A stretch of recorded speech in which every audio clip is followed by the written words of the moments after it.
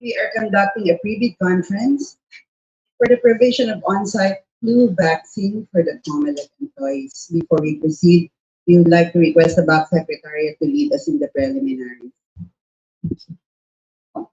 Good morning, everyone. May we request everyone to please stand up for the program. Glorious and blessed God, we place our work and ourselves into your hands. Anoint our creativity, our ideas,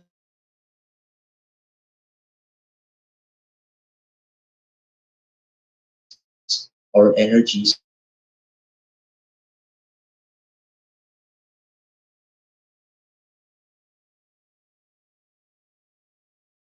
we minister within the organization.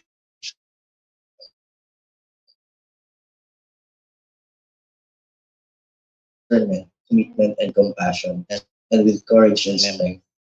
Rooted in your love, may your face illuminate all activities done in your. This we pray in your mighty and holy name. Amen. Please be seated.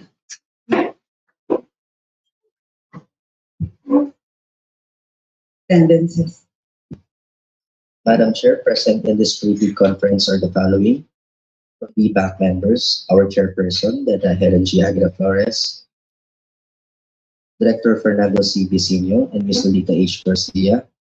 From the technical working group, we have Attorney Jamila Pulsa, Attorney Rose Ann Alejandro, Mr. Mark Anthony Ambrosio, Mr. Ariel Verzosa, Mr. Jesse E. Marquez, Ms. Jonalyn Cali, Attorney Ann Lucille Grace Laura, Ms. Sue Ellen Wee, Mr. Michael Capili, Mr. Heriberto P. Aguilar, Mr. Ryan Renetti Alas, Attorney Rhea Cristina C. Romero, Ms. Filipinas Rivera, Mr. Lou Alexander Tingkang, and Mr. Melchor Ugaman.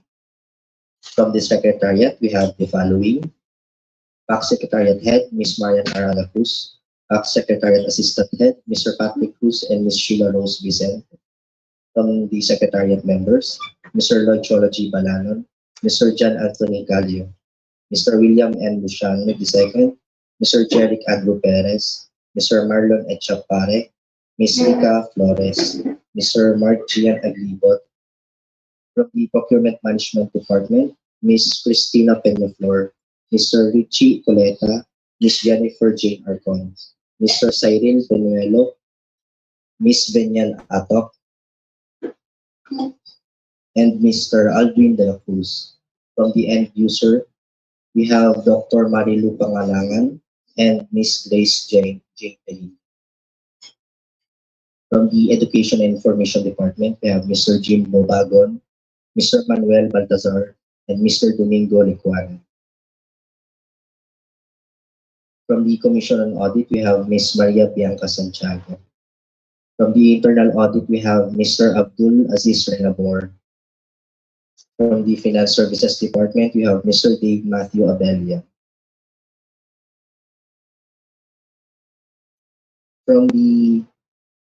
From our prospective bidders, may we request to please respond upon calling your company. From the Med Station Biologicals Incorporated, Miss Melody Anyor, please stand up to be recognized, ma'am. From the PharmaQuest Company, Miss Maria Blessing Datan, please stand up to be acknowledged. Thank you po, ma'am. Ma'am, we shall update the attendance. There will be new participants for the next part of our pre-bid conference. We have the conference rules. This pre-bid conference is open to all interested parties. Questions will only be entertained after the presentation of the back chairperson and the secretariat and during the program. Questions must be brief, concise, specific, and relevant to the meeting at hand. All questions must be addressed to the back chairperson.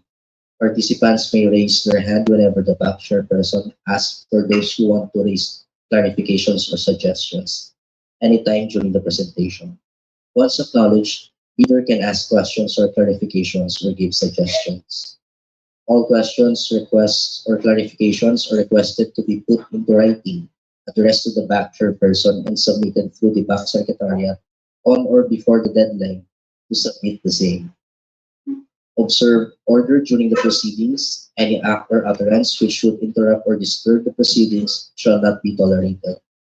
Please mute your phones to avoid unnecessary noise. And please maintain cleanliness of the conference room at all times. So, now to update the attendance. From the TWG, we have Mr. Erwin Aguilon. Morning, sir. From the Office of the Chairman. Morning. We shall now be sharing, ma'am, the project brief for this PB conference. Cholo, thank you. Thank you, Bakset. Good morning once again, ladies and gentlemen. Before we proceed, we would like to make of record the following information regarding this project.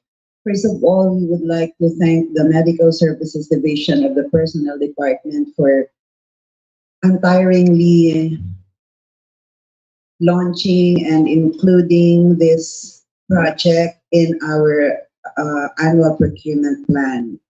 By the time that we are able to finish this project, I know that it will be, hopefully it will be rainy season by then. Kasi mahaba raw itong El Nino. And by then talagang, even now, there are people, many people in our offices who are suffering from flu. We need this very badly, and we thank the clinic for this very good project. Note on the record that this project is funded by the GAA 2024 budget. The authority to procure is included in the approved revised annual procurement plan for 2024. The end user unit is the Health Services Division of the Personnel Department, or the COMELEC clinic. We are procuring 1,500 vaccines at 803 pesos and 33 centavos as unit cost, totaling to 1,204,995 pesos as the approved budget for the contract. The description is this is a 4-day on-site flu vaccination for COMELEC employees in the main office, the regional offices of the NCR, and Region 4B. Kasama ba dito ang casual employees, Doc? Plantilla cash. Thank you. This lot is inclusive of manpower, PPEs, and other needed supplies, storage of vaccines, and infectious waste disposal. Please note on the record that the BAC Secretariat received the approved purchase request on March 6, 2024. We conducted a pre-procurement conference on March 11, 2024 at 2 p.m. at this hall. We received a revised terms of reference on March 11, 2024. We posted the invitation to bid on March 13, 2024 through the PhilJEPS and COMELEC websites, also through the COMELEC LED TV information walls at the ground floor, 5th, 7th, and 8th floors of Palacio del Gobernador, and also through the back information bulletin board at the 3rd floor of FEMII building, Intramuros, Manila. We shall be opening bids on April 2, 2024 at 10 a.m. at this room. Backsec, please note that I will be out of town on April 1 and 2, and therefore we need to already issue a directive to Director Doma that he will be the acting chairperson on those dates. Thank you. As well as on April 5, 6, 7, and 8. Thank you. Please note on the record that we notified the following offices, and the notifications were all done on March 14, 2024. The end user unit headed by Director Margaret C. Ching. The Procurement Management Department through Director Maria Leah R. Alarcon. The Internal Audit Department, and that was on March 14, I think. The director for was then Director Sonia Bayo Vilazada, but now for the information of everyone, the director for of the IAD is already its regional director, Director Maymona Tawagon. The EID through Director John Rex C. Lodiamco. Our commission audit through resident auditor Honorable Juvie Onia. And also on March 14, we also notified the following observers. We have notified the Lente through Executive Director Attorney Rona Ancaritos, the NAMFREL through Secretary General Mr. Eric Jude Alvea, the Philippine Chamber of Commerce and Industry through Secretary General Ruben Pascual, the Parish Pastoral Council for Responsible Voting or PPCRV National Chairperson Ms. Evelyn R. Singson, and by request of Dr. Soriano himself, we also sent him a notice. And Dr. Arvin Serrano is the national coordinator of the PPCRV. He's very active and he is always present in many of the activities of the Commission on Elections. Any questions so far? Again, we would like to thank and express our appreciation to Ms. Glessy Tan of PharmaQuest Company and to Ms. Melody Enar of MedStation Biologicals Incorporated for joining this meeting activity, this pre-bid conference today. We would like to request the back secretariat to post on screen the different terms of reference and specifications of this project. Please read them for the record. For information of everyone, flash on the screen is the technical requirement specifications of the project for the provision of on-site flu vaccination for COMELEC employees. It should be quadrivalent influenza vaccine, injectable suspension for IMUs, single dose, approved by the Food and Drugs Administration, and then vaccine expiration must not be earlier than December 2024. Other project technical requirements to be provided as part of the contract obligation: supply, delivery, and administration of the vaccines to COMELEC employees and other contract deliverables as indicated in the terms of reference, deployment of adequate number of doctors and nurses during on-site vaccination, personal protective equipment or PPEs, and other needed supplies during on-site vaccination. Also, the storage of vaccines and disposal of infectious waste. For other technical requirements which shall form part of the bidder's bid under technical component envelope should be submitted during the on or before the deadline to submit your bids, duly signed and conformed terms of reference appended as Annex TOR, valid certification of product registration issued by the FDA, or in case of recently expired CPR, copy of the expired CPR and official receipt for renewal. Also, the product literature of the quadrivalent influenza vaccines being offered. That's all for Madam Chair. Thank you. Thank you, Ms. Marian. May I ask a question to the Health Services Division? Doc, what do you mean when you say adequate number of medical practitioners? Ilagay mo nga dun. What's the minimum? Do we have a minimum?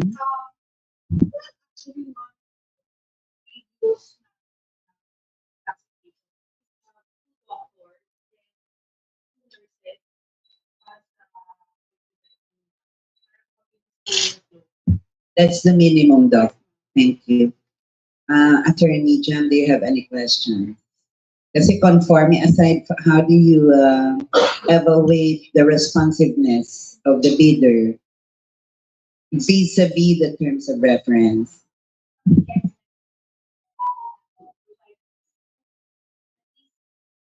To doctors and nurses. Yes, minimum of 2 doctors and nurses. As to Like from storage, the conforming.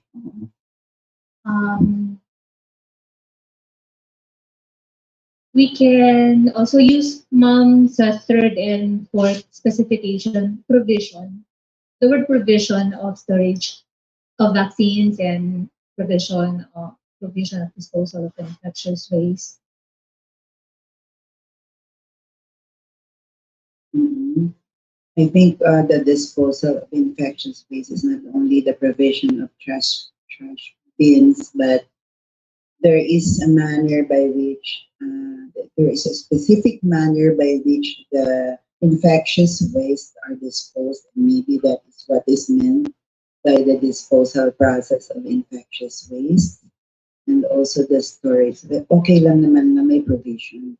But for number four, I think provision is not enough, but I think they have to facilitate the disposal of infectious. How do you evaluate that um, during the post-squat journey? How will you evaluate? Aside from the conforme, Usually, ma'am, sa contract implementation na yan, so sa end user na po yan.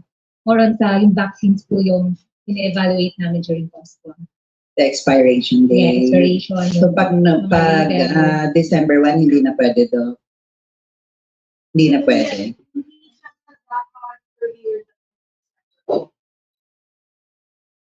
So pag Not December, hindi na, earlier. ma'am, yes.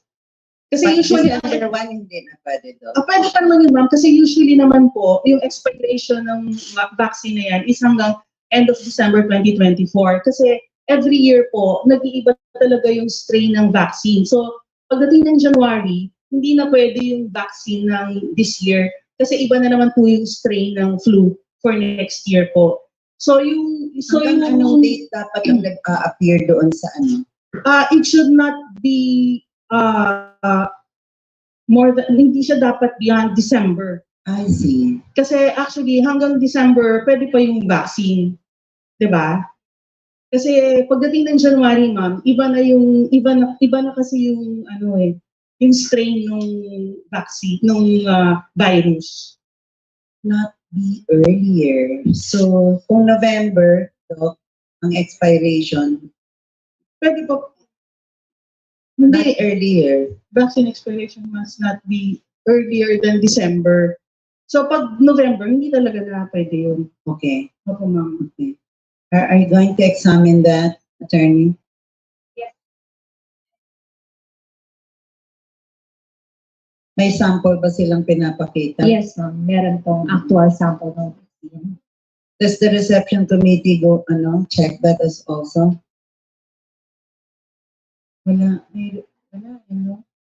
Bakit during the vaccination process itself, anong role ng reception committee dito? This is services. Hindi naman sila magdi-deliver ng vaccine sa property. Kaya na po. Actually, ang role po ng mga nurses po namin, upon dating nung sa vaccination po, pinipresent po nung bidder, yung winning bidder, yung kanilang vaccine. Sine-check po ng mga nurses yung expiration dun sa vaccine po and kung ilang vaccine na dineliver nila at that time po ng vaccine natin ng day po na yun. Thank you, Doc. And I believe that there has never been any instance in the past that there were violations of the terms of reference. I think magaganda naman yung mga providers natin. They were efficient and competent. Kung November 30 yung expiration, di pwede. Kailan ang projected time natin ng administration ng vaccine, Doc? Kailan ang delivery period nito? NTP, kailan?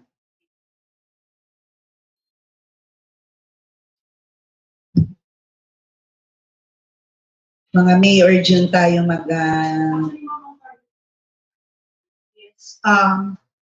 Bago mag-June. So, kung first week of May is okay na po yung sa mga NTP nung sa vaccine. Ang gusto po namin is either the third week or second week of May. Kasi as much as possible po, gusto sana po namin is before the rainy season talaga yung pag-inject ng vaccine. Thank you, Doc. Opo. So, kung November 30 and below, and earlier yung date ng expiration, hindi pwede yun. Hindi ba? Dapat talaga hanggang December. Okay. End of December. Thank you. Thank you, Doc. Any questions? From anyone? Sir Erwin. Clarification lang po.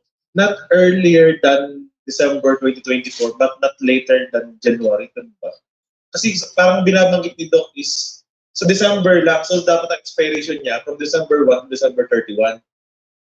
Tama ba yan? Tama ba ito? Parang ang expiration kasi ng vaccine talaga is dapat hanggang December 31. Kasi ma'am, pagdating talaga ng January, iba ng strength, iba na yung ano ng flu eh. So iba na yung Very, strain ano, po nun. Yes, I think very limited period yung condition ng yung vaccine itself, very limited yung okay siya. Oh, yes. Kasi actually, ma'am, kahit ininjectan po kayo ng November ng flu vaccine, tapos by March, meron na ulit na flu vaccine, pwede na po ulit yon. Kahit December pa po kayo ininjectan, pagdating po ng March, ininjectan na po ulit kayo kasi hindi na po valid yung in-inject sa inyo ng November or December. Kasi pagdating ng January or next year, iba na po yung strain. So, hindi na po effective yung in-inject sa inyo na flu vaccine po. Understood, Doc. Thank you. Unique siya, Sir Erwin, kasi may certain ano lang, yung visa niya only lives, the strain lives only for a certain period of time, very limited. Expiration natin from 1 to 31. Kasi Pwede.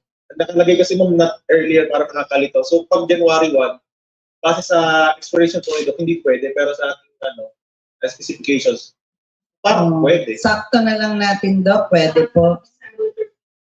From December 1 to December 31, 2024. Ma'am, sige po. The expiration date should fall within the period of December 1 to December 31, 2020. Sige ma'am, inform pa namin sa Dr. Sele. Thank you po. Okay, noted. Thank you.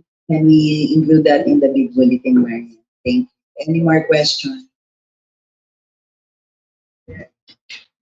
Ang question ko with respect to sa storage of vaccine, yun lang po ba yung talagang details na storage? Ano ba yun, ma'am? Freezer or refrigerator lang?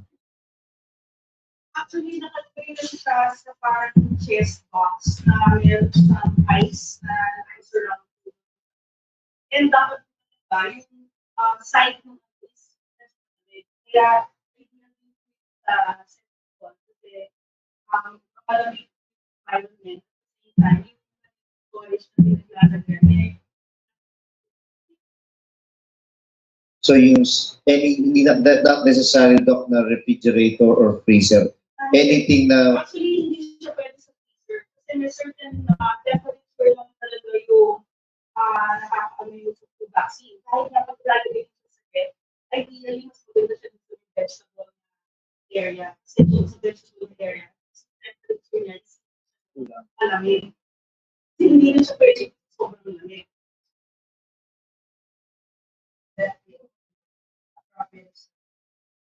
Right. 35 to 46 degrees Fahrenheit yung talagang temperature na dapat. PWG would you like to include those descriptive words in the provision of appropriate storage of vaccines is open, closing, navigate.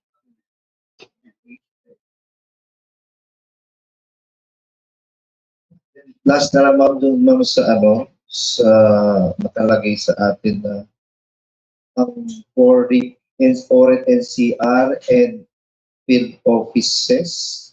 Ma'am, when we say field offices, pang NCR lang po yun. NCR lang. So, election officer, EA and E casual lang NCR? Oh, yes. Okay. Okay. Regional. Something when you say foreign NCR and field offices, election officers at saka mga EAs ng NCR only. Okay. Thank you.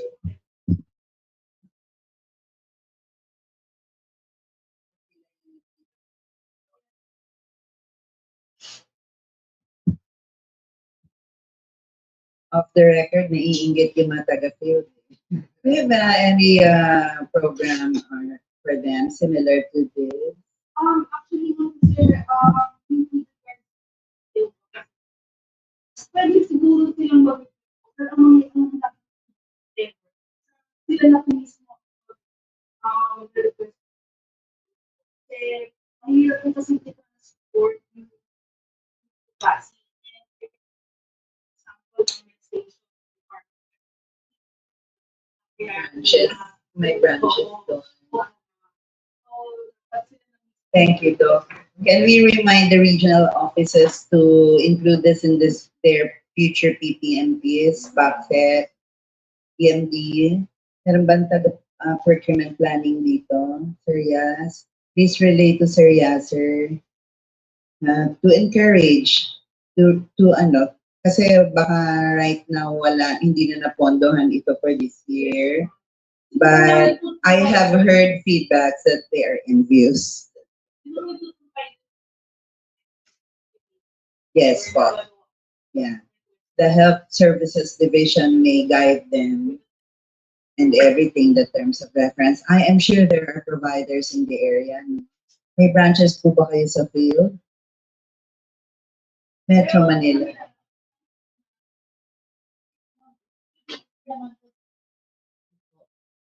For example, pwede po kayo mag-deliver Mindanao, Visayas, ganyan. Yes po, with team po. Pwede po. In case that there are no providers in the area. Yes po. Doc, thank you po. We can actually synchronize another flu vaccination project doon sa pagpunta dito ng mga during the convention.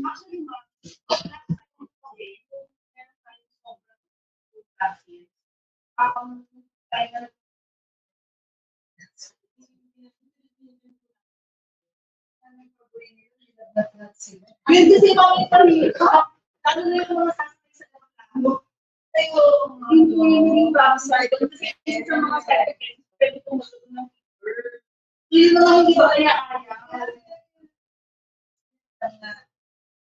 Sige po, we will suggest to the Reds. Ms. Marian, please remind Sir Yasser in coordination with Odette to remind the regional offices to include this in their future projects. Thank you. Any more questions? We now turn over the floor to the BAC Secretariat to proceed on to explain the different procedures to our prospective leaders. Thank you, ma'am.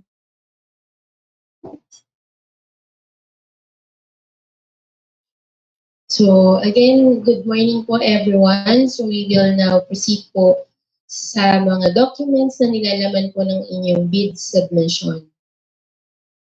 So first po is for the sealing and marking of your bids, we have two envelope system. This is based on IRR of RA 9184. Your first envelope is your technical component and your second envelope is your financial component. So flash on the screen is the illustration po kung paano nyo i-prepare yung inyong envelopes. So each bidder po should submit one main copy and then 3 additional copies of the first and second components of your bids. Should there be discrepancy po between the main copy and the additional copies, the main copy shall prevail. And then unsealed and unmarked bid envelope shall be rejected. However, bid envelopes that are not properly sealed and properly marked as required in the bidding documents shall be accepted, provided that the bidder's duly authorized representative shall acknowledge such condition of the bid as submitted. And then the BAC shall assume no responsibility for the misplacement of the components of or the contents of or improperly sealed or marked bid or for its premature opening. And then po, for the marking, so ito po yung paano nyo i-mark yung kada envelope.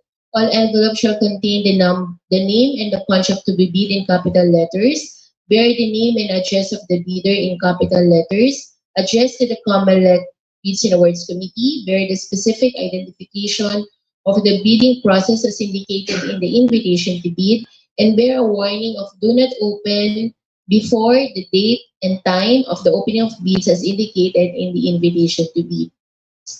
So, yun po yung sealing and markings po natin. Ngayon, punta na po tayo din sa dokumento na nilalaman ng inyong technical component envelope.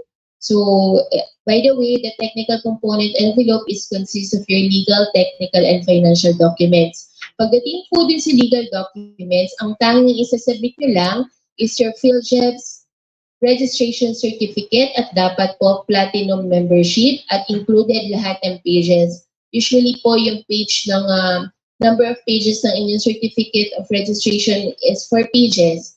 Yung last page po, yun yung Annex A ng inyong PhilJEB certificate of registration, which dun po nakadetalye yung Class A eligibility documents. Ano-ano yung Class A eligibility documents na nakalagay sa Annex A ng inyong PhilJEBs. Yun po yung inyong registration sa SEC or sa DTI, yung mayor's permit nyo, your tax clearance, your audited financial statement.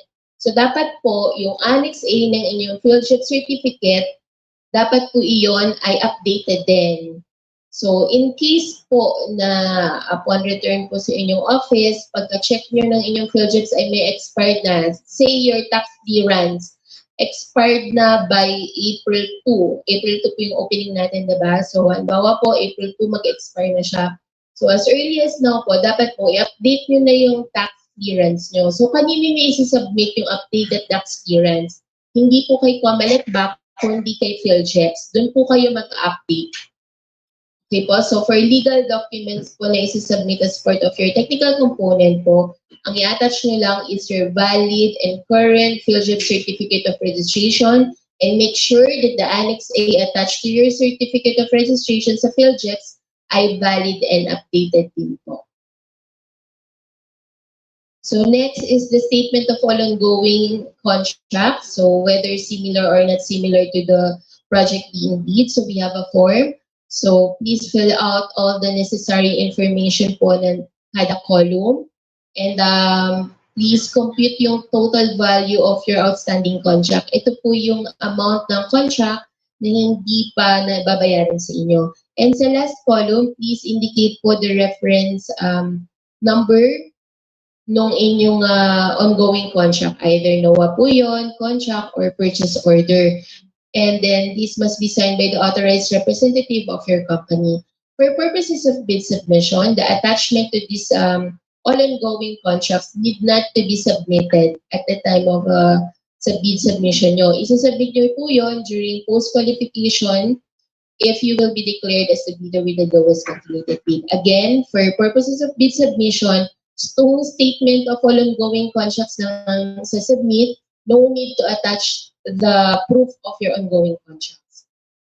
Next is your single largest completed contract. So we have a form for that that's indicated in your bidding documents, Annex B. So pagdating po sa inyong single largest completed contract, yung similar contract is defined as provision of on-site vaccination or supply and delivery of vaccine. So dapat po yung largest completed contract nyo, magpo-fall po siya sa ganyang definition and must be completed within 5 years prior to the deadline to submit your bids. And also, since this is expendable supplies, yung inyong largest completed contract must at least be equivalent to 25% of the total EBC ng ating project. And then kung dun po sa statement of all ongoing contract, hindi niyo po kinakailangan mag-attach ng proof. For the statement of SLCC, you need to attach proof na completed na yung in-state nyo na largest completed contract. So, ano po yung titingnan ng back end ng TWG as attachment? Either end user's acceptance, official receipt, or sales invoice. Alin man po dyan sa mga documents na yan, pwede nyo pong i-attach dun sa statement of your SLCC. So this is the form. Please fill out all the necessary columns. And dun po sa last column, make sure po na tama yung information din na ilalagay. For example, you indicate po yung official receipt. Let's say, nilagay nyo po OR number 123 dated January 1, 2024. So dapat po yung attached document nyo na OR is the same po yung information na nakalagay. Kasi po, ina-counter-check po yan ng back and ng TWG during opening. And then this must be signed by the authorized representative of the company. So reminder po, collection receipt cannot substitute po sa submission ng official receipt. So that's per GPPB NPM number 040-2016 and 125-2015. So ito po yung screenshot ng mga NPM na nabanggit ko. So kung hindi nyo po makita yung inyong official receipt, may two options pa po na pwede nyong i-submit. Either yung end user's acceptance po or yung sales invoice. Next is bid security in any of the following forms. So may options po ang mga bidders kung anong form ng bid security yung sasubmit nyo. Either signed and notarized bid security declaration attached as Annex C of the bidding documents, or if you opt to submit cash, cashier's manager check, bank job guarantee, or revocable letter of credit, it should not less than 2% of the ABC or 24,099 pesos and 90 centavos. Or if you opt to submit po surety bond, it should not less than 5% of the ABC or 60,249 pesos and 75 centavos. Kung surety bond po yung sasubmit nyo, you need to also attach a certification issued by the insurance commission to the insurance company. So this is the bid security declaration, prescribed form po yan ng GPPB. So make sure po lahat ng provisions indicated and properly filled up and signed by the authorized representative. Pagdating po dun sa direct statement, make sure po kompleto po yung information na nakalagay, including your ID, and then kung kailan po napanotaryo, make sure po na walang blanco. So kapag po nakita ng back at ng TWG na may blank po dyan, it means hindi po kompleto yung information na sinabit nyo for this document, and therefore po, ma-declare po kayo as ineligible. So make sure po na double check nyo po yung pinapanotaryo nyo po sa notary public. Next, conformity with Section 6 Schedule of Requirements. Conformity po din sa Technical Specification, Section 7. And then signed and conformed terms of reference appended as Annex DOR. Valid certification of product registration or CPR issued by the Food and Drugs Administration, or in case of recently expired CPR, copy of the expired CPR and official receipt for renewal, and product literature of the quadrivalent influenza vaccines being offered. Next, signed and notarized omnibus sworn statement. So again, we have a form for that. Annex D of the bidding documents, and attached to your OSS, if you're a corporation, partnership, or cooperative, signed and notarized secretary certificate, board partnership resolution, or special power of attorney SPA, whichever is applicable, or if joint venture po kayo, signed and notarized SPA of all members of the JV, giving full power and authority to its officer to sign the OSS and do acts to represent the bidder. Or if you're a sole proprietorship and hindi yung proprietor yung pipirma sa mga dokumentong isasubmit sa back, the OSS must be attached po with signed and notarized SPA, giving full power and authority to its authorized representative to sign the OSS and do acts to represent the bidder. So ito po yung prescribed format for the omnibus sworn statement. So please make sure po na lahat ng provisions there are included in your affidavit and then signed by the authorized representative and duly notarized. Again, same reminder po para dun sa pagnanotaryo. And then for the financial document, you need to attach your net financial contracting capacity. Dito po makikita if you are financially capable to undertake the project. So for the NFCC, ang requirement po is dapat yung NFCC nyo is at least equal to the ABC of the project, or 1,204,995 pesos. So paano kayo makapag-come up the back? Provided you po computation kung paano nyo po yung gagawin. So yung current assets less your current liabilities multiplied by 15, and then the amount po na yon ay ililess dun sa total value of your outstanding contract na nakalagay doon sa statement of your all ongoing contracts. So, saan nyo po kukuhanin yung current assets and current liabilities na figures? Yan po yung nakalagay din sa inyong Annex A ng inyong Field Trip Certificate of Registration. So, dapat po yung audited financial statement nyo na naka-indicate doon ay latest din. Then signed by the authorized representative of the company. Paano naman po kung based on your initial computation, hindi nyo mamimit yung NFCC requirement? So may other options po na binigay sa atin ng RA. So pwede po kayong mag-submit ng committed line of credit from a universal or commercial bank. But it should be equivalent to at least 10% of the total ABC. So meron din pong template for the committed line of credit, Annex E1 of the bidding documents. And then kung meron pong makikipag-joint venture, yung joint venture documents nandun din po sa technical component envelope. Ano po yung Thank you, ma'am. So skip na po natin ito. Okay. Thank you, ma'am. So skip na po natin yung JV. So yun po yung mga documents na nilalaman ng inyong technical component envelope. So now we proceed po din sa inyong second envelope or your financial component. So sa financial component po, dalawang dokumento po. Una po yung bid form. Sa bid form, ito po yung total bid nyo for the project. So Annex G po yan ng bidding documents. Again, this is the prescribed form of the GPPB. So make sure po that your amount in words and amount in figures po ay the same. In case na may discrepancy, the amount in words shall prevail. At dapat po syempre, hindi pa kayo lalagpas sa ABC ng project and then signed by the authorized representative of the company. So next po is price schedule. For the price schedule, dito po yung detailed breakdown kung paano po kayo nakakome up doon sa inyong total bid. So this is the Annex G2, goods offered from within the Philippines. So pag gagamitin niyo po itong form na ito, and make sure po lahat ng information sa bawat column ay malagyan niyo po. And then, please be mindful of column 9 and column 10. Meron po nilagay na dyan ang GPPB na computation kung paano po kayo mag-arrive. So column 9 is column 5 plus column 6 plus column 7 plus column 8. Yung column 10 po, column 9 is multiply, yung magiging total price per unit nyo sa column 9 will be multiplied by sa column 4. Ito po yung quantity ng vaccine and then kung may other pa po kayo na ilalagay sa inyong detailed breakdown.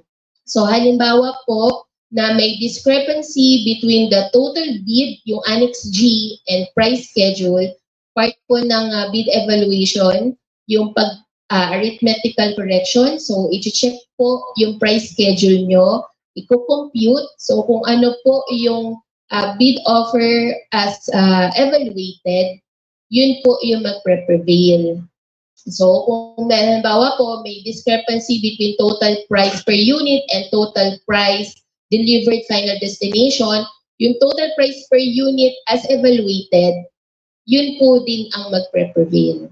And then po, please, naglagay rin kami ng notes here. For column 7, sa column 7 po, if there are other taxes payable if contract is awarded, please specify said applicable taxes pursuant to Section 32.2 of the 2016 revised IRR of RA 9184. Usually po, dito ang nilalagay yung VAT. And then indicating 0 or dash for required items would mean that it is being offered for free to the government except those required by law or regulations to be provided for. So ano yung pwede nyo i-zero? Yung number 6, yung number 8, yan po. Kung i-free nyo yan kay COMELEC, pwede nyo po yung lagyan ng dash or 0.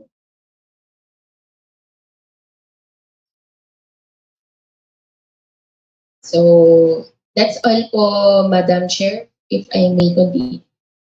The reminders naman po, Madam Chair, for the bidding documents. So your bidding documents po may be downloaded free from the COMELEC and Fellowship's website. May secure copy from the Back Secretariat Office. Bidder should pay the applicable fee prior to the submission of your bid. So paano po magbabayad ng bid docs fee? Pwede po sa COMELEC Cash Division upon securing order of payment from the Back Secretariat. Pwede rin po online through fund transfer or bank deposit to COMELEC Land Banks of the Philippines at any LBP branch with peso current account number 0012104286. So the amount of bidding documents is 5,000 pesos, exclusive of bank charges, if any. So please email po the proof of your payment to back.secretary@comelec.gov.ph, copy furnished backsecretary.pmd@gmail.com on or before the bidders submit your bids po. Thank you po, Madam Chair. Thank you, Marian. Any reminders, Attorney Jamila Bunsa, our head of the technical working group? Any points of emphasis, please? Dun siguro sa cross-referencing sa Section 7, baka makalimutan nila kasi before, hindi tayo masyadong particular doon. So dun sa Section 7, aside from indicating comply or not comply, you have also to indicate yung compliance niyo dun sa mga specification. Like kung nasa brochure ba siya, yung proof of compliance niyo ng text, or nasa packaging ng item. So indicate niyo din po yun, wag niyong kalimutan. Dyan, ma'am, sa last column, yung second column po, yung state comply or not comply and refer to the instructions above. So based dun po sa instructions, halimbawa po, page, ganun. Kung anong page po ng brochure, after comply, then mag-indicate po kayo sa baba ng comply na refer to page, ganyan. Kung saan yung compliance naka-indicate dun sa brochure or sa packaging. Or certificate. Minsan nagsasubmit sila ng certificate, Madam Chair. So pwede yan yung i-indicate nila.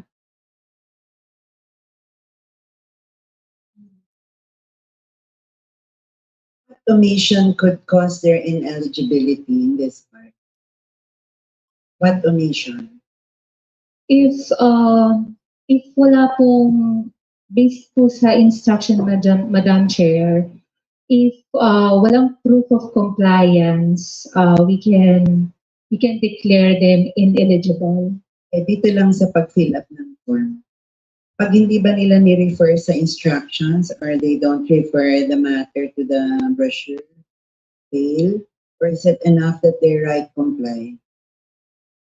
Based on the last, Madam Chair, bid opening, we applied yung strict compliance ng bidders natin by indicating kung saan yung reference po nila as to their compliance with that particular text.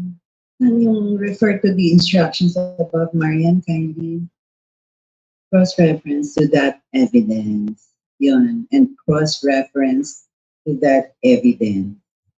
Yun na yun? Yes. Sabihin. Yes, Madam Chair. So if they only put comply, please raise it again, Marian, patingin na ng matrix. Yan, halimbawa, dapat ba yan may cross-reference evidence lahat yan? For me, ma'am, dun sa quadrivalent, 1, 2, 3, but dun sa mga disposal, I think it's not applicable. We should be clear. We should be clear. Please. So, paano yung mga hindi naka-attend ngayon na sasali? We should be clear, Marian, attorney. Yes, Madam Chair. So, we should specifically instruct them to kaya niyan, yung matrix na yan. We should explain clearly in the bid bulletin, Ms. Marian, na lahat ng yan dapat cross-reference sa evidence. Paano kung comply lang? Kasi dati, I know, nung wala pa yung refer to instructions above, nung wala pa yan noon, enough na yung comply. But now there is a cross-referencing to the evidence. We should be clear.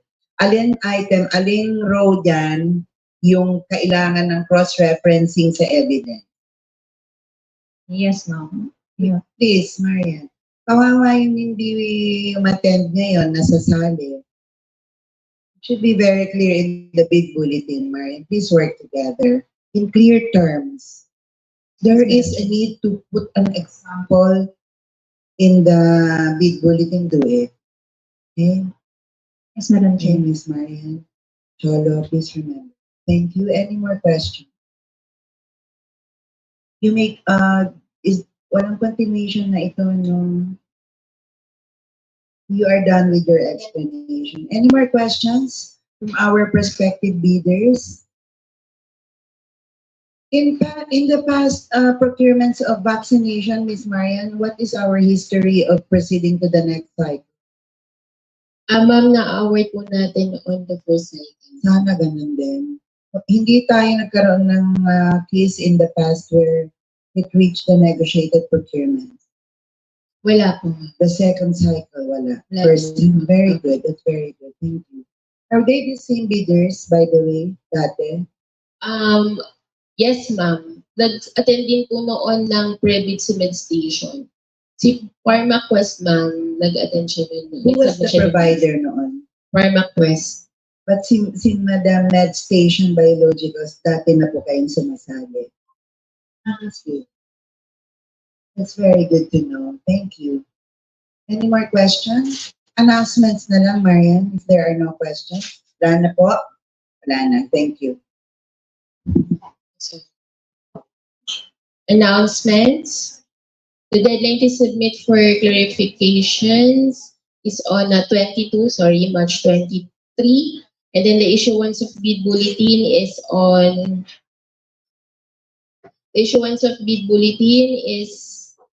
on April 26. So please address your request queries to Teda Helen G. Aguila Flores and submit it to the back secretary. Sorry.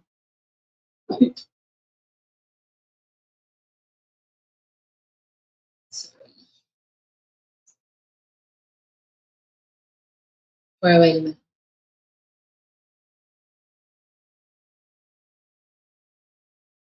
Then, okay, so submit your queries to our back chairperson. Details of the contact details of the back secretary is flash on the screen. Also po, nasa bid docs din po ito.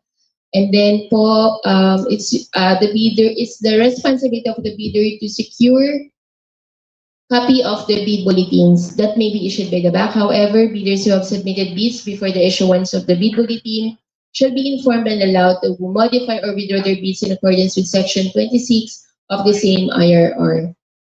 And the deadline for the submission of bids is on April 2, Tuesday on or before 8 a.m. and must be submitted to the Back Secretariat Office, room 305, third floor of FEMII Building, Soriano Avenue, Intramuros, Manila. The opening of bids is scheduled on the same day, April 2, 2024 at 10 a.m. The venue of the opening is here po sa PMD Conference Room, 4th floor. So please read carefully the contents of the bidding documents, such as but not limited to the instructions to bidders, bid data sheet, general special conditions of the contract, schedule of requirements, and technical specifications.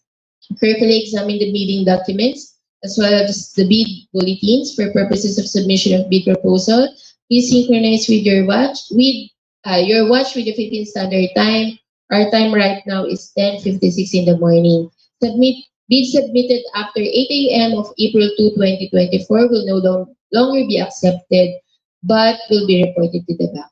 And Madam Chair, for our forthcoming activities, tomorrow po at 10 a.m. we have a private conference for the provision of fuel with fleet card system for the vehicles of the COMELEC.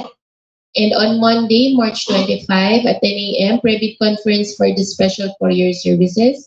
And on Tuesday, March 26 at 2 p.m., private conference for the supply, delivery, and installation of endpoint security for second bidding. That's all po, Madam Chair, for next week. Thank you, Ms. Marian. To our prospective bidders, you can always request a copy of the presentation. Yes, You need to.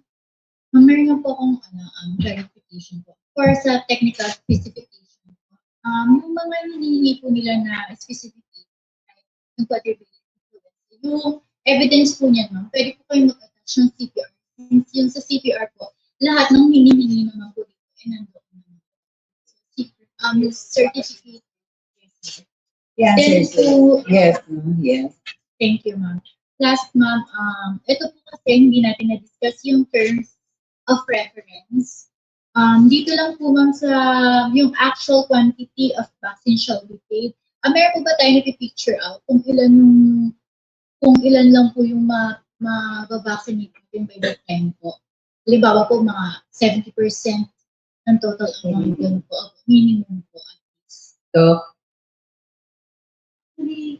So 1,500 kasi 'di ba 4 days 'yon. So 375 per day. Hindi naman namin masabi sa inyo kung ilan talaga lang yung mababayaran or magagamit. Pero usually naman 100% naman is nako-consume namin. Kasi Most of the injectionan nyo na kahit yung mga hindi plantilla cancer, Ma'am, mga yes. guardia, Ma'am, yes. mga galing probinsya. Ma'am, That's yes. good. Kasi sayang. So kasi usually ang priority namin sa early part, kung ano yung nakaschedule na regular employees and casual Priority. plantilla, after po noon, kung natapos na lahat, bumababa kami sa job order, That's good COS, po. yun po ma'am. It's good po. Parang sila ng organization. Okay po yan, ma'am. Sorry, do we have color coding po for envelopes and folders po? Yes.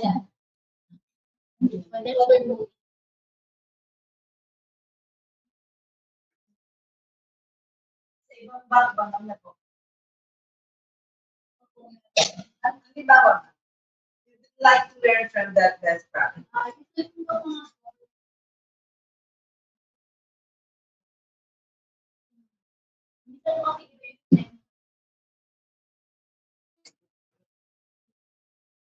So properly labeled lang. Yes, ma'am.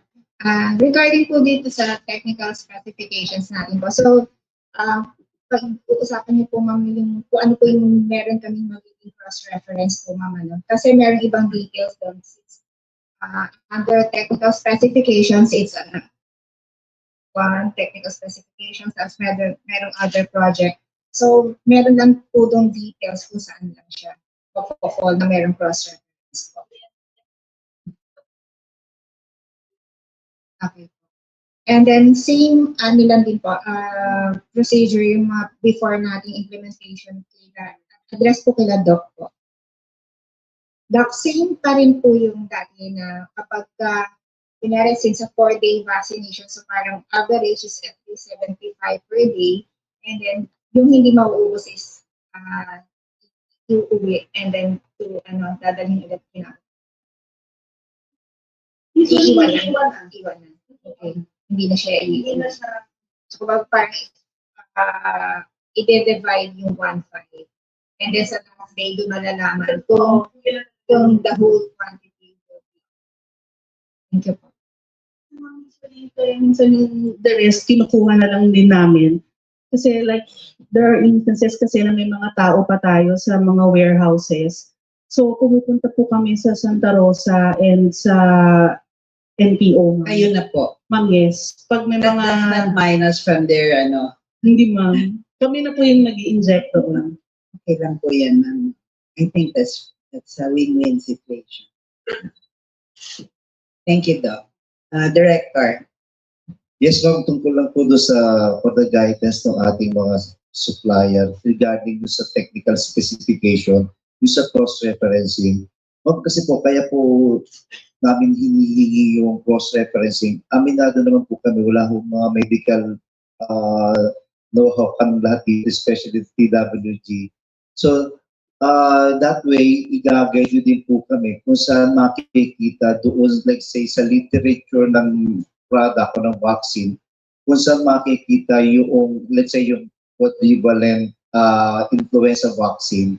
So, saan po doon sa literature makikita yung quadrivalent influenza vaccine na hinahanap namin. Para po pag nag-evaluate ng TWG, makikita na po nila, dito pala yung quadrivalent influenza vaccine na kino-comply nila. Yun lang po yung hinahanap ng namin, kaya nirequire namin yung cross-referencing. Let's say naman po yung required sa FDA approved, I think ma'am, yung certificate issued by the FDA will suffice.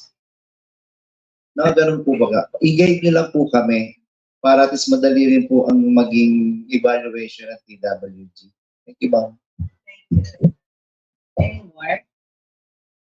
Ano yung IM? use? Intramuscular. Intramuscular. Okay. Any more? Since there are no additional announcements, are there additional updates or attendance updates? Wala naman. Thank you everyone for joining this pre-bid conference. This is a very special project because this is for the good health of our employees. So sana po we can succeed in the first round. So far, wala tayong history ng failures of first round. So sana ganun din po. And sana madagdagan pa po kayo. Opo, kasi we would like our bidding process to be competitive. Thank you so much everyone for your participation. I will not mention you by one, but thank you for taking time to walk on the streets and come here, especially sa mga taga-Palacio and sa Annex. Doc, salamat po. There being no further announcements and questions, this pre-bid conference is adjourned. Good morning, everyone.